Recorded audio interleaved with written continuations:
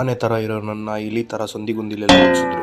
ಬೆಳಿಗ್ಗೆ 6 ಗಂಟೆಗೆಲ್ಲ ಎದ್ದು ಇವರಿಬ್ಬರನ್ನ ಎತ್ತಕೊಂಡು ಅಂತರ್ಗಂಗೆ ಹೋದ್ರೆ ಯಾವಾಗಲೂ ಹೋಗೋ ರೂಟ್ ಬಿಟ್ಟು ಬೇರೆ ರೂಟಲ್ಲಿ ಕರ್ಕೊಂಡೋಗಿ ಬೇರೆ ಮೆಟ್ಲು ಹತ್ಸಿದ್ರು. ಹಂಗೆ ಅರ್ಧ ಹತ್ತಷ್ಟರಲ್ಲೇ RCB ಅಂತ ಇತ್ತು, JRCB ಅಂದ್ಕೊಂಡು ಅರ್ಧ ಹತ್ತಷ್ಟರಲ್ಲೇ ಬೆವ್ರು ನೀರು ಬಂದಿತ್ತು. ಹಂಗೆ ಯಾವುದೋ ಹೂ ಕಾಣಿಸು ನೋಡಿಕೊಂಡು ಹಂಗೆ ಮುಂದೆ ಬಂದರೆ ಚಿಟ್ಟೆಗಳು ಫುಲ್ ಬಂಡೆ ಕಲ್ಲುಗಳ ಮಧ್ಯೆ ಎಲ್ಲ ಕರ್ಕೊಂಡೋಗಿ ಸಂದಿಗುಂದಿಲೆಲ್ಲ ನುಗ್ಸಿದ್ರು ನನ್ನ.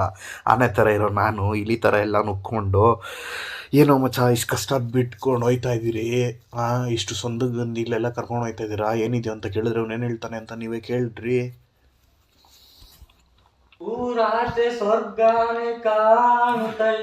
ಇಷ್ಟೆಲ್ಲ ಬಿಲ್ಡಪ್ ಕೊಡ್ತಾ ಇರೋದೆಲ್ಲ ಏನೈತಂತ ನಾನು ನೋಡ್ತೀನಿ, ನೋಡಿದಾದ್ಮೇಲೆ ಹೇಳ್ತೀನಿ. ಕೊನೆಗೂ ಮೇಲೆ ಬಂದೇ ಬಿಟ್ವಿ, ವಿವಿಂಗ್ ಇತ್ತು ನೀವೇ ನೋಡ್ರಿ.